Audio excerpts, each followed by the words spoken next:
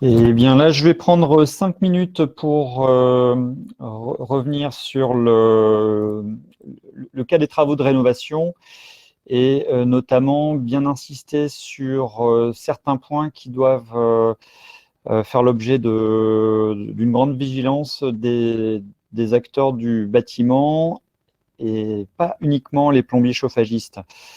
Je vais démarrer par en m'appuyant par l'enquête TREMI, qui est une enquête qui a été réalisée par l'ADEME sur des travaux qui ont été réalisés pour les maisons individuelles entre 2014 et 2016, sur un grand parc de logements rénovés, 260 000 rénovations. Donc, ce qui avait été constaté, c'est que, alors bien sûr, on va avoir, dans le cadre de ces rénovations énergétiques, eh bien, une grande part de travaux sur le chauffage, sur le CS, ce à quoi on pense directement quand on évoque la prévention des risques d'intoxication au monoxyde de carbone. Et ce qu'on observe surtout, c'est que eh bien, les trois principaux postes concernent l'enveloppe du bâtiment, l'ouverture. Alors par ouverture, on entend les menuiseries extérieures, le remplacement des menuiseries extérieures, à savoir les fenêtres et puis portes intérieures, les travaux en toiture, reprise de couverture ou isolation de la toiture, isolation des murs extérieurs, et également, donc, juste après le chauffage plancher bas, ventilation, qui est le dernier poste. Bon, là, effectivement, c'est un autre sujet, mais on voit qu'il y a un manque de traitement de la ventilation. Eh bien, tous ces postes, tous ces travaux, ouverture, toiture, mur, plancher bas, ventilation, eh bien, le professionnel doit s'interroger sur le risque que peut générer ces travaux par rapport aux intoxications monoxyde de carbone. Et c'est là que ce professionnel doit, avant même de penser à la résistance thermique qu'il va mettre en œuvre pour l'isolation des parois opaques, le U, la performance thermique, le U de sa menuiserie ou la performance acoustique de sa menuiserie, eh bien, la première chose que doit faire le professionnel du bâtiment, c'est d'aller identifier les appareils à circuit de combustion au sein du volume habitable, les appareils à circuit de combustion en général, mais plus particulièrement les appareils à circuit de combustion non étanches. On l'a vu avec les deux premières présentations, on a différentes typologies d'appareils à circuit de combustion. Donc, si on reprend les appareils à gaz, on va voir les appareils de type A, les appareils de type B, les appareils de type C. Eh bien, donc ça, c'est une typologie pour les appareils à gaz, mais on va aussi avoir des appareils étanches ou non étanches avec les autres combustibles. Eh bien, donc, le professionnel se doit d'identifier ces appareils, et ces travaux de rénovation devront à tout prix maintenir une amenée d'air comburant suffisante, maintenir la bonne évacuation des produits de combustion et mettre en œuvre des équipements qui sont compatibles avec l'appareil à circuit de combustion. Et je vais revenir sur ces 3 points-là. Je vais prendre un exemple qui est le cas d'un poêle à bûche. Eh bien, concernant l'amenée d'air comburant, il va falloir... il y a l'arrêté du 23 février 2009 relatif à la prévention des intoxications au monoxyde de carbone. Et cet arrêté fixe des exigences au niveau du dimensionnement de l'amenée d'air pour les appareils à combustible solide.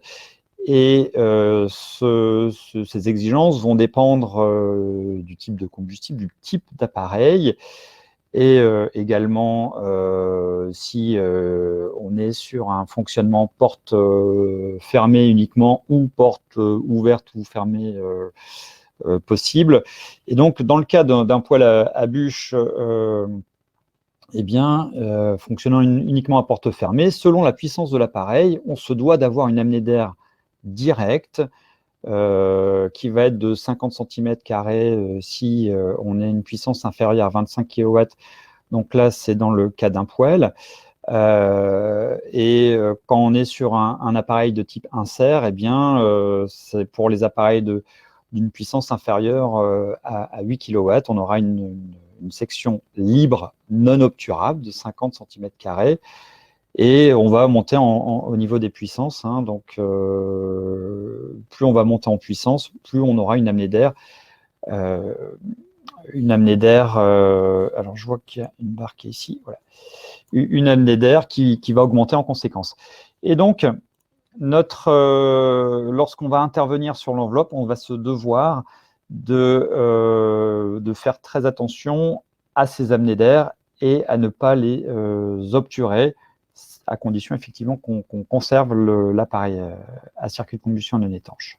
Donc ça, c'est pour l'amenée d'air comburant. Je vais citer également l'ART existant élément par élément. Alors, il y a dans l'article 5 de l'arrêté modifié donc un garde-fou qui a été mis dès lors qu'on va isoler les parois ou remplacer les menuiseries. Quand on isole les parois, on doit conserver les entrées d'air hautes et basses existantes s'ils existaient préalablement aux travaux, sauf en cas d'installation d'un autre système de ventilation. Dès lors qu'on va mettre un système de ventilation CVB et VH en façade, on va chercher à les obturer pour recréer une ventilation par balayage. Mais là aussi, il y aura un point de vigilance par rapport à la compatibilité aussi du système de ventilation et en fonction du type d'appareil à gaz ou à combustible solide qu'on aura dans le volume habitable. Et dans le cas du remplacement des menuiseries, eh bien, le même article impose que l'on ait des modules 45 en chambre ou module 90 en séjour, dès lors qu'on va remplacer les menuiseries extérieures. Donc, si on met en place un système de ventilation mécanique, eh bien, on aura le dimensionnement des entrées d'air du système qui sera mis en œuvre.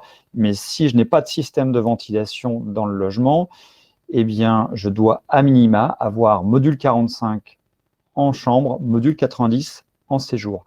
On est là sur un garde-fou par rapport à la qualité d'air intérieur. On n'a pas directement, ces exigences-là ne sont pas par rapport au risque d'intoxication au monoxyde de carbone, mais indirectement, ça va permettre justement de prévenir ce risque. Hein, donc là aussi, point de vigilance pour les entreprises qui vont intervenir sur les murs extérieurs. Donc attention au VB et VH en façade lors de l'isolation des murs extérieurs. Et puis pour les entreprises de menuiserie, même si ça, effectivement, le menuisier veut mettre une menuiserie la plus performante possible, tant sur l'aspect acoustique que l'aspect thermique, eh bien il se doit de veiller au respect des exigences qui sont dans l'ART, élément par élément. Deuxième point, ça va être pour l'évacuation des produits de combustion.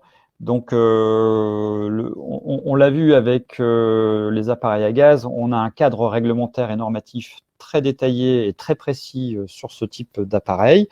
Eh bien, on se doit de bien respecter à la fois le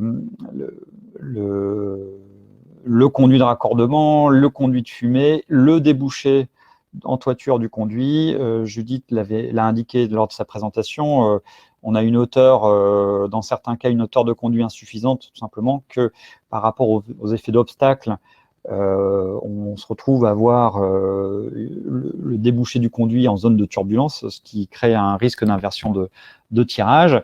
Et donc, lorsqu'on fait des interventions au niveau des conduits de fumée, lorsqu'on fait des travaux d'isolation dans les combles, par exemple, on doit être vigilant à ce qu'on ne vienne pas dégrader le conduit de fumée, par exemple en le bougeant, en le déboîtant. Même chose lors des travaux en toiture, on ne doit pas aller apporter de modifications au niveau de l'émergence en toiture, ne pas changer le terminal et toujours s'assurer de bien s'assurer de la compatibilité du type de terminal pour la bonne évacuation des produits de combustion. Et dernier point, c'est de s'assurer également la compatibilité des systèmes, des équipements qu'on va mettre dans le logement avec les appareils à circuit de combustion. Et je vais prendre l'exemple des systèmes de ventilation. Pour les techniques courantes, le domaine d'emploi ou d'application, selon qu'on est sous DTU ou sous avis technique, va préciser les appareils à circuit de combustion pouvant coexister avec le système de ventilation. Quand on prend le cas d'un système hydro-réglable, ce que l'on voit, c'est que ce système de VMC simple flux hydro-réglable va être compatible avec les appareils fonctionnant au gaz, au fioul, au combustible solide à circuit de combustion étanche situés dans ou hors du volume habitable. Donc là, c'est pour les appareils étanches ou à circuit de combustion non étanche situés hors du volume habitable. Et le présent avis technique, là, l'avis technique des systèmes hydro ne vise pas l'association avec un appareil indépendant à combustible solide dont l'amener d'air comburant n'est pas réalisé par raccord direct sur l'extérieur. Hein, donc, ça veut dire quoi? Ça veut dire que notre poêle à bois, notre poêle à bûche qui est ici, par exemple, à partir du moment où il est à circuit de combustion non étanche, ne sera pas compatible avec un système de VMC simple flux hydro-réglable. Voilà, j'en ai fini pour ma présentation.